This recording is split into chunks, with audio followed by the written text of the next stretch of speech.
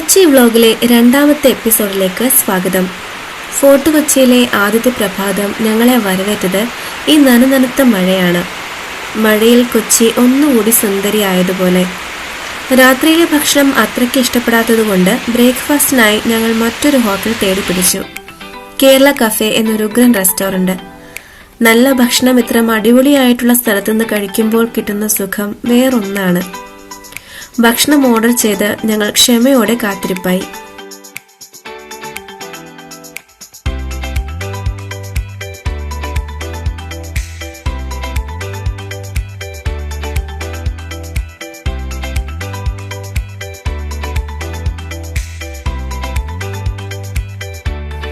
എനിക്കും മോൾക്കും കൂടി നാടൻ ചിക്കൻ കറിയും ഇടിയപ്പവും ഓർഡർ ചെയ്തു. എന്റെ ഗുജറാത്തി സുഹൃത്ത് വിമൽബ മസാല ദോശയുടെ ആളാണ് കേട്ടോ.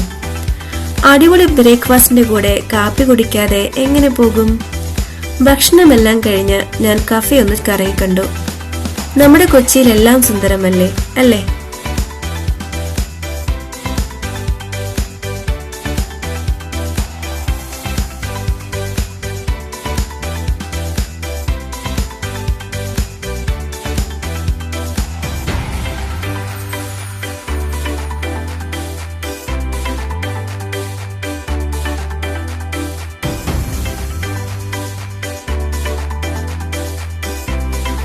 എന്റെ സുഹൃത്ത് വിമൽബ നാട്ടിൽ വന്നിറങ്ങിയതു മുതൽ എന്നോട് അത്ഭുതത്തോടെ ചോദിക്കുന്ന ഒരു ചോദ്യമുണ്ട്. നിങ്ങൾ മലയാളികൾ എല്ലാവരും നല്ല ഭംഗിയുള്ള ബംഗ്ലാവിലൊക്കെയാണല്ലോ താമസിക്കുന്നതെന്ന്. ഞാൻ ആദ്യം വിചാരിച്ചു അവൾ കളിയാക്കിയതാകുമെന്ന്. പിന്നെ ഇതേ അഭിപ്രായമുള്ള ചില റീലുകൾ ഇൻസ്റ്റഗ്രാമിലും കൂടി കണ്ടതോടുകൂടിയാണ് പുള്ളിക്കാരി നല്ല ആത്മാർത്ഥമായി അഭിനന്ദിച്ചതാണെന്ന് എനിക്ക് മനസ്സിലായത്.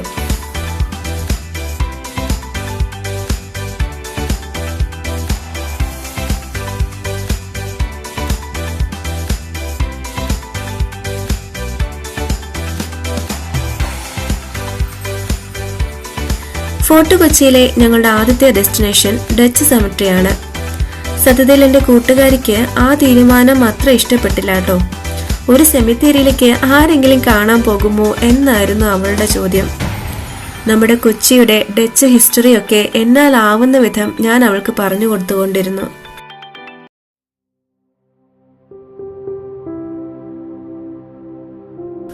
ഫോർട്ട് കൊച്ചിയിലെ സെന്റ് ഫ്രാൻസിസ് പള്ളിയിൽ നിന്ന് ഏതാനും ചുവടുകൾ അകലെ സ്ഥിതി ചെയ്യുന്ന ഒരു ചരിത്രപ്രധാനമായ ഇടമാണ് ഡച്ച് സെമിട്രി.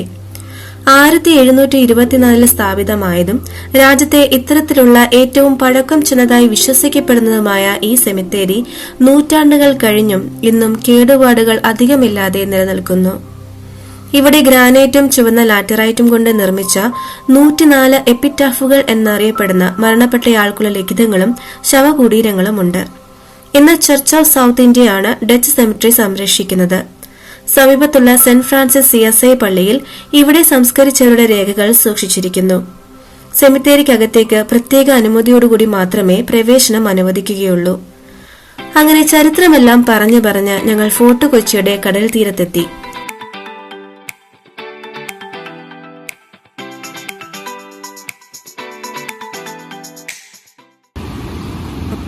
മഴ പെയ്തു തീർന്നിട്ടും മഴമേഘങ്ങൾ നിറഞ്ഞു നിൽക്കുന്ന പ്രഭാതം. എന്റെ ചേച്ചി പറയാറുണ്ട്, കടലും ആനയും ഒരുപോലെയാണെന്ന്. എത്ര കണ്ടാലും മതി വരില്ലെന്നു. കടൽ തീരത്ത് നിൽക്കുമ്പോഴാണ് നമ്മൾ എത്ര ചെറുതാണ് എന്ന് തോന്നുക. ഞങ്ങൾ കടൽ തീരത്ത് മനോഹരമായി നിർമ്മിച്ച വാക്വേയിലേക്ക് നടന്നു. മഴ പെയ്തു തോർന്നതുകൊണ്ടാണോ എന്നറിയില്ല, കടലിന് ചാരനിറമാണെന്ന് തോന്നി. എന്റെ കുഞ്ഞിയുടെ കണ്ണിൽ ആദ്യം പെട്ടത് അവിടുത്തെ ഐസ്ക്രീം കടയാണ് കേട്ടോ. ഒരു ഐസ്ക്രീമിന്റെ മധുരവും തണുപ്പും ആസ്വദിച്ച് പ്രഭാതത്തിലെ കടൽക്കാറ്റും കൊണ്ട് ഒന്നിനെയും കുറിച്ചും വേവലാതിയില്ലാതെ ഇടയ്ക്ക് എപ്പോഴെങ്കിലും ഇങ്ങനെ നടക്കണം. മനസ്സും ശരീരവും ഒന്ന് റീചാർജ് ആകട്ടേന്നേ. ഞങ്ങൾ അവിടെ കുറച്ചു നേരം ചിലവഴിച്ചു.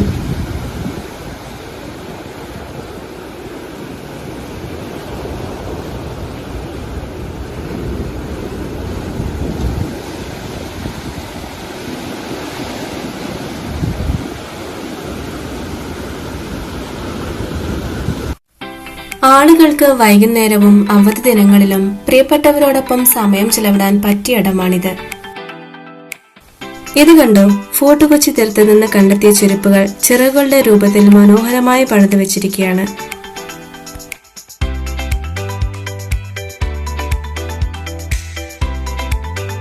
യൂറോപ്യൻ ഗ്ലാസ് ജനാലകളും കൊളോണിയൽ ആർക്കിടെക്ചറുമുള്ള ഈ വാസ്കോ ഹോം ഓർമ്മയുണ്ടോ? അതെ, നമ്മുടെ സ്വന്തം മമ്മൂക്കിയുടെ ബിഗ് ബി സിനിമ ഷൂട്ട് ചെയ്ത അതേ വീട് തന്നെ.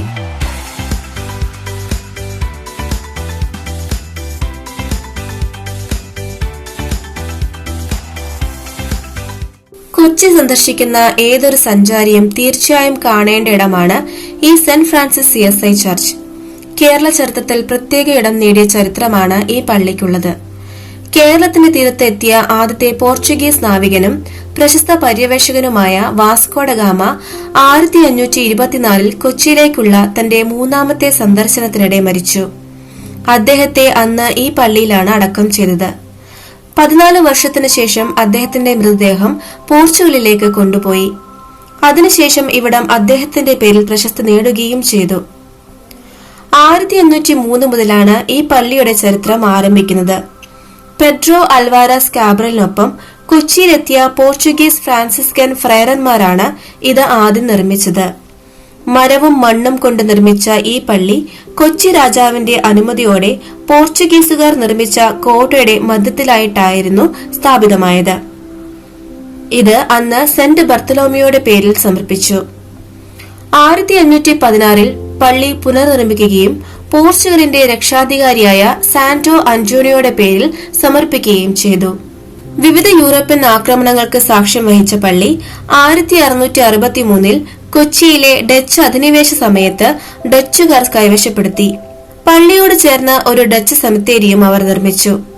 1795 കൊച്ചിയിലെ ബ്രിട്ടീഷ് അധിനിവേശത്തെ തുടർന്ന് 1804 ഡച്ചുകാർ പള്ളി ആംഗ്ലിക്കൻ സഭയ്ക്ക് വിട്ടുകൊടുത്തു.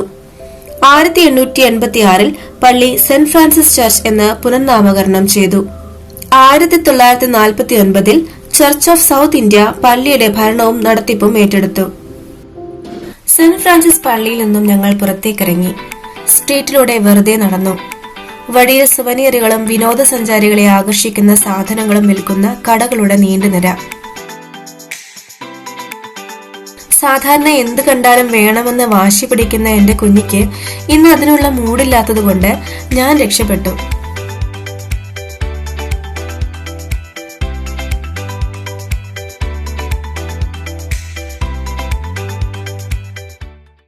ഞങ്ങളുടെ അടുത്ത ഡെസ്റ്റിനേഷൻ മട്ടാഞ്ചേരി ഡച്ച് പാലസ് ആയിരുന്നു.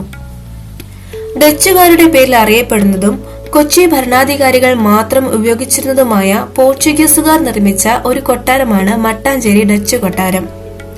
ഇവിടെയും ഫോട്ടോഗ്രാഫി മാത്രമേ അനുവദിക്കുകയുള്ളൂ കേട്ടോ. കൊച്ചി രാജവംശത്തിലെ രാജാവ് വീരകേരളവർമ്മയ്ക്ക് സമ്മാനമായി പോർച്ചുഗീസുകാർ AD 1545 നിർമ്മിച്ചതാണ് മട്ടാഞ്ചേരി കൊട്ടാരം. പിന്നീട് ഡച്ചുകാർ ഈ ഘടനയിൽ മാറ്റം നടത്തിയതിനാൽ ഡച്ച് കൊട്ടാരം എന്ന നിലയിലും ഇവിടം പ്രശസ്തമാണ്. കൊളോണിയൽ സ്വാധീനം പരമ്പരാഗത കേരള ശൈലിയിലുള്ള വാസ്തുവിദ്യയെ എങ്ങനെ ബാധിച്ചു എന്നതിന്റെ ഉദാഹരണമായ ഈ കൊട്ടാരം കൊച്ചി ഭരണാധികാരികൾ കിരീടധാരണം പോലുള്ള ഔദ്യോഗിക ചടങ്ങുകൾ നടത്താൻ ഉപയോഗിച്ചിരുന്നു.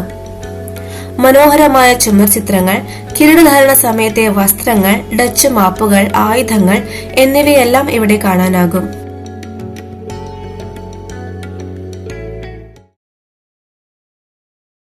ഇനി സുഗന്ധവ്യഞ്ജനങ്ങളും സുഗന്ധദ്രവ്യങ്ങളും മനം മയക്കുന്ന ആഭരണങ്ങളും മനോഹരങ്ങളായ ക്രാഫ്റ്റുകളും എല്ലാമുള്ള കൊച്ചിയുടെ സ്വന്തം ജൂതത്തെരുവിലേക്ക്. ഇപ്പോൾ ഞങ്ങളുടെ കൊച്ചിയിലെ സുഹൃത്ത് രാകേഷും കൂടെ ഉണ്ട് കേട്ടോ. എറണാകുളം ജില്ലയിലെ ഫോർട്ട് കൊച്ചി ജൂത പൈതൃകത്തിന് പേരുകേട്ട ഒരു ചരിത്ര സ്ഥലമാണ്. കൊച്ചിയിലെ പഴയ രാജാവ് 1524 കൊച്ചിയിലെ ജൂതന്മാർക്ക് ഈ ഭൂമി നൽകിയതായി വിശ്വസിക്കപ്പെടുന്നു.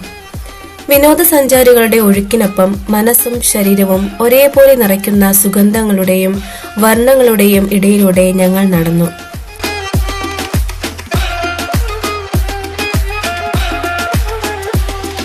ഇനി എന്റെ ഒരു വട്ടിനെ കുറിച്ച് പറയാം.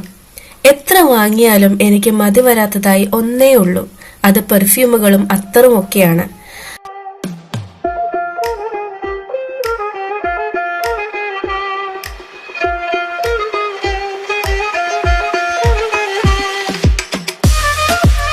അങ്ങനെ ജൂതത്തെരുവിലെ ഒരു കടയിൽ നിന്നും കുറച്ച് അത്തറൊക്കെ വാങ്ങി ഞങ്ങൾ നടന്നു. അടുത്ത ഡെസ്റ്റിനേഷൻ പരദേശി സിനഗോഗ് എന്ന ജൂതപ്പള്ളിയാണ്.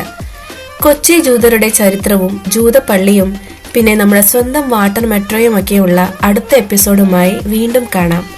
എന്റെ വീഡിയോ ഇഷ്ടമായെങ്കിൽ ലൈക്ക് ചെയ്യാനും ഇനിയും നല്ല നല്ല വീഡിയോകൾ ചെയ്യാനുള്ള പ്രോത്സാഹനമായി എന്റെ ചാനൽ ഫോളോ ചെയ്യാനും സുഹൃത്തുക്കൾക്ക് ഷെയർ ചെയ്യാനും മറക്കല്ലേ കേട്ടോ.